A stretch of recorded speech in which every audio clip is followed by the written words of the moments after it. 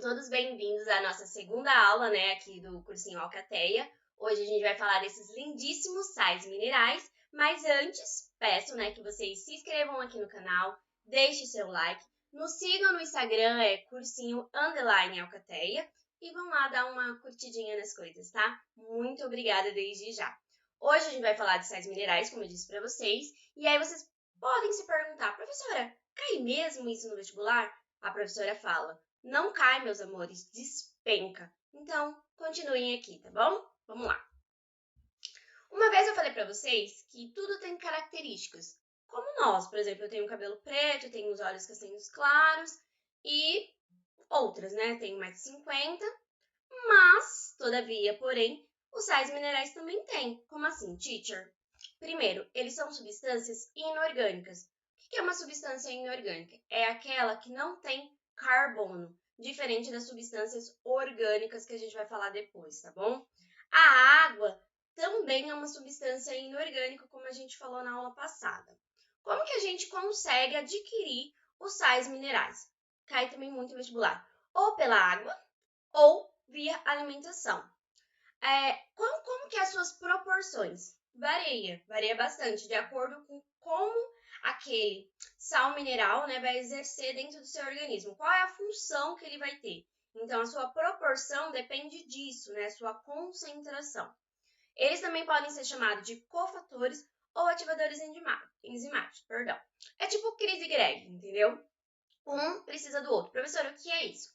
Cofatores enzimáticos são moléculas que se ligam a enzimas. Por quê? Existem enzimas que se chamam enzimas conjugadas. Conjugada, a gente lembra de dois. Então, essa enzima, ela precisa de mais um componente, que é uma molécula. Essa molécula se chama cofator. Quando as duas se juntam, elas fazem uma atividade. Por isso que também pode ser chamado de ativadores enzimáticos. Mas são cenas para os próximos capítulos, quando a gente falar lá de enzima, tá? Aqui alguns componentes, né, que tem os sais minerais. Vamos entender um pouquinho melhor. Os sais minerais, eles podem ser encontrados de três formas. Como assim? Primeiro, eles podem ser íons, como por exemplo o cloreto. Eles podem ser cristal, por exemplo, o famoso, lindíssimo, muito conhecido NaCl. Ou, né, de forma associadas a moléculas orgânicas, como a hemoglobina. Professora, por que você colocou Mário? Gente, não sei, mas eu acho o Mário lindíssimo, é vermelhinho, vai ficar aí. YouTube, não me dê strike. Principais sais minerais, né? O sódio, o cálcio, o fósforo, o magnésio, o iodo, o potássio e o ferro. Professora, eu vou decorar tudo isso? Vai! Eu coloquei uma frase que me faça lembrar, que eu até já utilizei outras vezes. Chama, soca fósforo, mãe, e eu posso ser o homem de ferro. Professora, que absurdo. Gente, já foi comprovado que frases muito estranhas ou frases que saem um pouco do comum, nós gravamos. Então, tem coisas que eu aprendi no vestibular, que já faz, 6 anos, né, que eu me formo esse ano, que eu nunca esqueci. Então, lembrem disso. Soca fósforo, mãe, e eu posso ser um Homem de Ferro. Eu adoro o Homem de Ferro, gente. Eu amo super-heróis. Vocês vão ouvir muitas referências de super-heróis aqui. Vamos lá. Lembrando, coloquei o 7 monstrinhos, gente, que é da minha época, a professora é meio velha. Velha não, é igual vinho. Brincadeira. 7 monstrinhos, por quê? São 7 sais minerais mais importantes. E geralmente são os que mais caem no vestibular, tá bom? Soca, só de sódio, K, de cálcio. Fósforo. Mãe, magnésio. Iodo. Potássio. Homem de ferro, lembra do ferro. Então, vocês vão lembrar de 7, para vocês não confundirem nada, são 7. Então, soca, sódio e cálcio. Fósforo, mãe, magnésio. Iodo, potássio, de poço e ferro, 7, tá bom? Eu fiz 7 ou 7, mesma coisa. Não se esqueçam disso. Soca fósforo, mãe, e eu posso ser o homem de ferro. Vamos lá? Vamos entender um pouquinho melhor de cada um. Vamos começar pelo sódio, que é tão conhecido. Ele atua, muito, associado ao potássio, que a gente vai falar depois, tanto no sistema muscular, rotação e etc. Vou explicar melhor. E também na condução do impulso nervoso. Desculpa, motor. O impulso nervoso, você sempre vai precisar lembrar daquelas células diferenciadas, que são chamadas de neurônios, tá bom? A gente vai entender melhor eles. Continuando, né, se aprofundando nos principais sais minerais, a gente vai falar do cálcio. O cálcio, ele atua na formação de tecidos, ossos ou dentes. Tanto é que quando uma pessoa está com falta de cálcio, você vê o dentinho dela mais claro. Quando ela vai no dentista, o dentista fala que está faltando muito cálcio. Além, né, que a falta de cálcio também prejudica os ossos. Como assim, professora? O raquitismo, que é uma doença que afeta principalmente criança, quase sempre criança, é causada pela falta de cálcio, tá bom? E a osteoporose, que já é mais adulto, idoso, também é pela falta de cálcio. Tem deformidades na parte óssea, então é muito importante tomar leite, por exemplo, entre outros alimentos, queijos, que deem para você o cálcio, tá? Para dentro do seu organismo. Também ele participa da coagulação do sangue. Por que é importante a coagulação do sangue, né? Algumas pessoas, não é algo ruim, não necessariamente, né? A coagulação do sangue, ela é importante porque ela ajuda a parar hemorragias e impede que a pessoa venha a falecer. E o cálcio é um responsável por isso.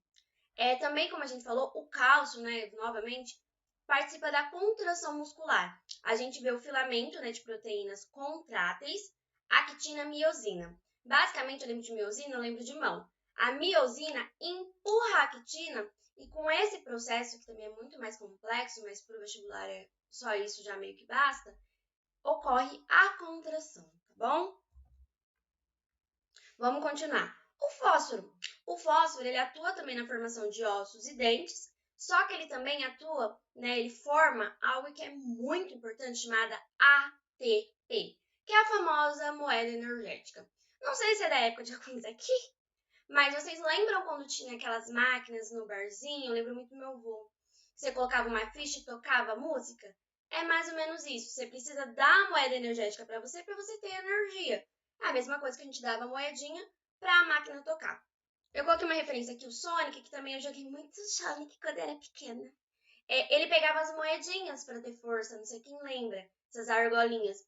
É a mesma coisa. Lembrem que a ATP é uma moeda que vai te dar energia. E se aí nos próximos capítulos a gente vai entender melhor essas moléculas. O vestibular é uma construção, então a gente vai aos poucos. Assistam às aulas em uma sequência, por favor, que vocês vão entender muito melhor o conteúdo, tá bom? Outro ponto muito importante do fósforo é que ele também constitui moléculas de ácido nucleico. Nossa, é um xingamento? Não. É o famoso, né, os famosos RNA e DNA. Guardem no coração de vocês. Decorem, que é decora de coração. Coloquem aí, gente. É muito importante. Por quê? O RNA, né, ou os ácidos nucleicos, RNA e o DNA, eles são constituídos de nucleotídeos. Os nucleotídeos, por sua vez, são constituídos de 3 fatores: ácido fosfórico, o fósforo, um açúcar e uma base nitrogenada, tá bom? Vamos entender melhor com esse esquema aqui. Então, grupo fosfato, pentose, que é um açúcar, e a base nitrogenada.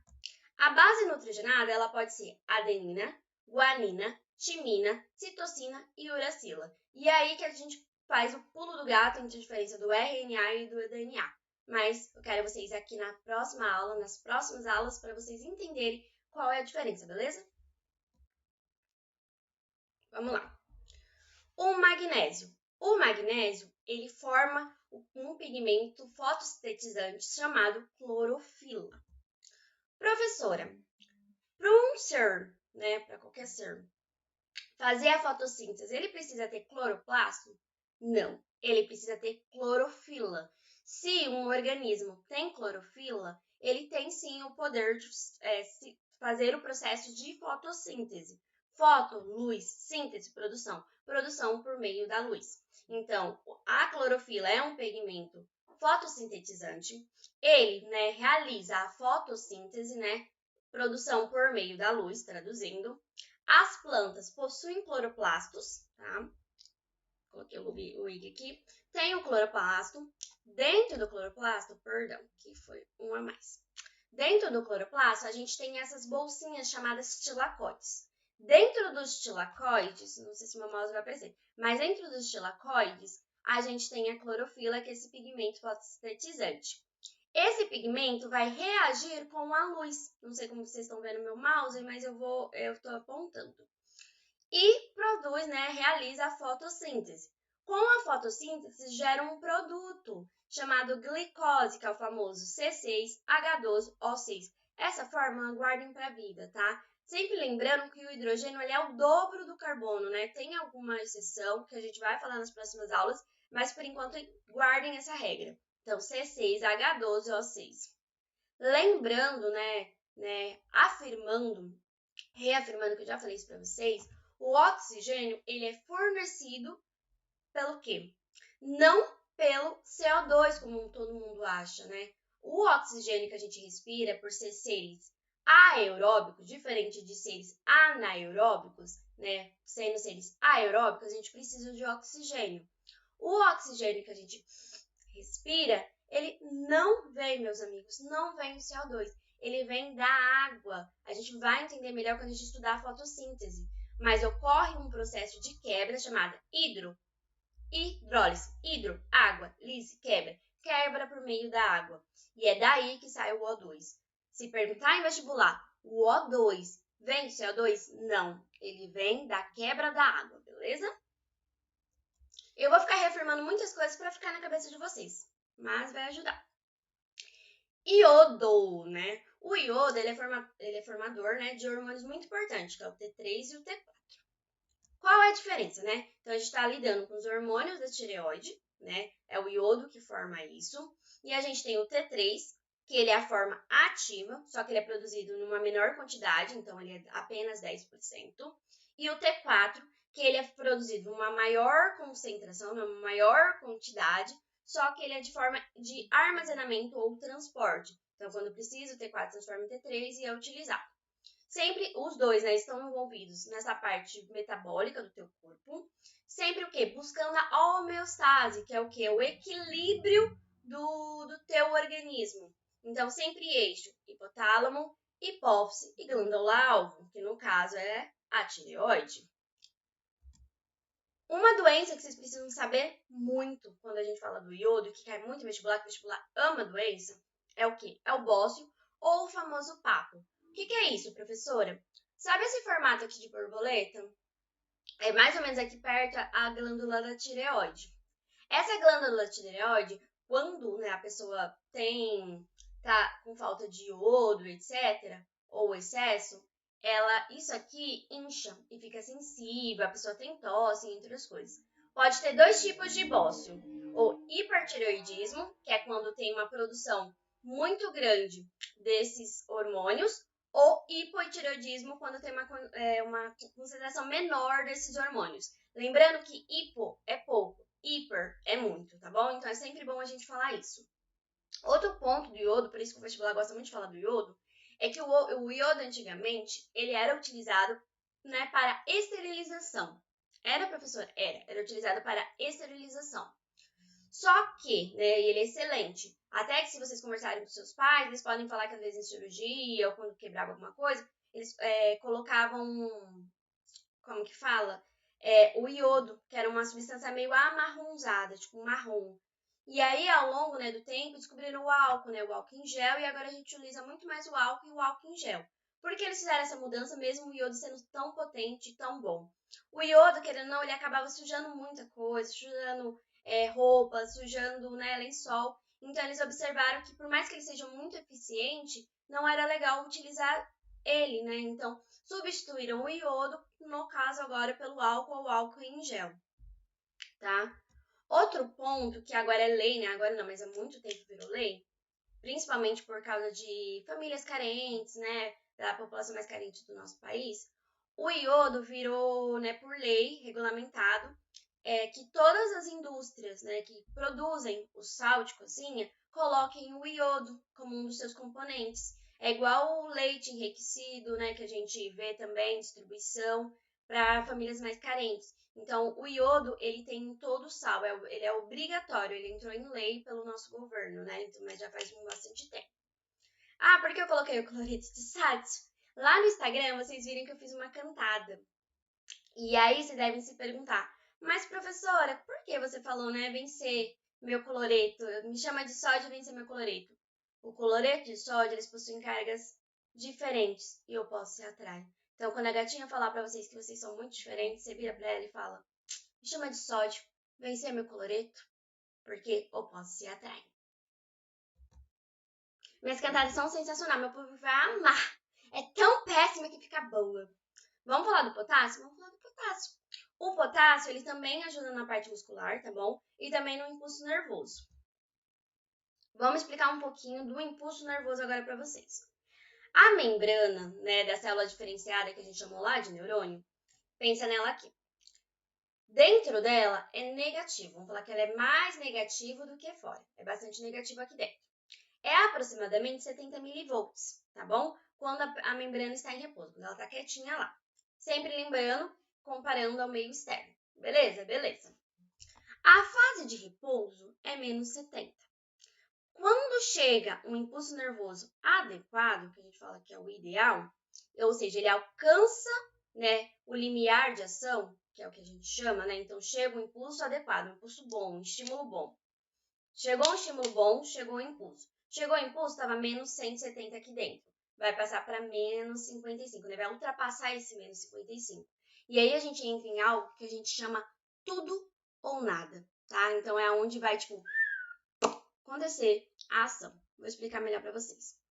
Quando chega no tudo ou nada, a gente vai para a fase de despolarização, ou PA, que é o potencial de ação. Eu coloquei o mar aqui, vocês vão entender por quê. Vou explicar para vocês.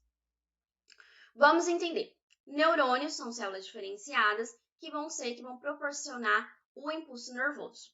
Vamos lidar com quais íons, né? Por isso que eu falei lá atrás lá do sódio e tudo, né? Que no caso ali eu falei de sódio e o cloreto, aqui a gente vai falar do sódio e potássio. O sódio e o potássio é que a gente vai entender no impulso nervoso. Beleza? Beleza. Vamos entender melhor. A bomba de sódio e potássio, né, que é um muito famoso, que a gente vai falar específico dela, mas nesse momento guarde no coração de vocês, ela movimenta os íons contra o seu gradiente. Por quê? Quando a membrana tá assim, em repouso, dentro tá menos 70 e fora não tá tão negativo quanto dentro, né? Então vamos pensar que aqui é mais, mas ou seja, ela só é menos negativa do que dentro. Ela é menos negativa do que dentro, mas os dois são negativos. Mas vamos pensar dentro como menos e fora como mais. Dentro da célula, a gente sempre vai ver mais, quando está em repouso, potássio. E fora, Na+, tá bom? Fora Na+, dentro potássio. Ok? Ok. Então, eu disse para você que é menos 70. E quando tem um estímulo ideal, quando tem um estímulo ideal, é quando chega a mais de menos 55. Passa o menos 55 que a gente passa o limiar de ação. E nisso vai acontecer a despolarização. O que acontece na despolarização, né? Que é o que a gente falou. Passou o limiar, a gente tem a situação de tudo ou nada. Quando ocorre a despolarização ou potencial de ação, que é muito rápido, a gente vai ver a troca do menos 55, né, para o mais 40. E aí, o que acontece? Uma troca de carga, que é aquela troca abrupta. Ou seja, dentro não é menos, fora eu não disse meio que é mais, ou seja, menos negativo, então menos e mais. E dentro que era menos, vai passar para mais, vai sair para fora. E o que era fora, mais, vai passar para dentro menos. Então, vocês podem ver aqui. Mais dentro, fora menos. Trocou as cargas.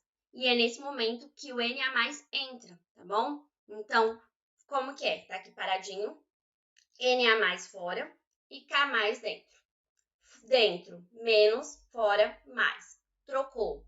Fora, o que vai acontecer fora? Se torna mais e dentro se torna... perdão, eu perdi a linha do raciocínio só pra gente não se perder. Dentro, né, que era menos, se torna mais. Dentro, que era menos, se torna mais. Fora, que era mais, se torna menos. Beleza? Beleza. Isso com a troca abrupta. Vão seguindo a gente. Se vocês irem pausando, vocês vão anotando, vocês vão entendendo. E aqui tá bem explicadinho também, tá bom? E aí, entrou, né, o Na+, beleza, e tudo ok. E aí, para ter um controle, né, entrou aqui para dentro, aqui tá ele agora o Na+, e o K+, e uma coisa muito rápida, uma situação muito rápida, o K+ K+ sai para fora, tá bom? Ele sai para fora e essa configuração troca novamente. Como assim? Fora vai se tornar mais e dentro menos. A mesma situação do início. Fora mais, dentro tem que ser negativo. Gente, dentro tem que ser negativo. Dentro tem que ser negativo, tá bom? Ok. Só que tem que voltar para o potencial de repouso.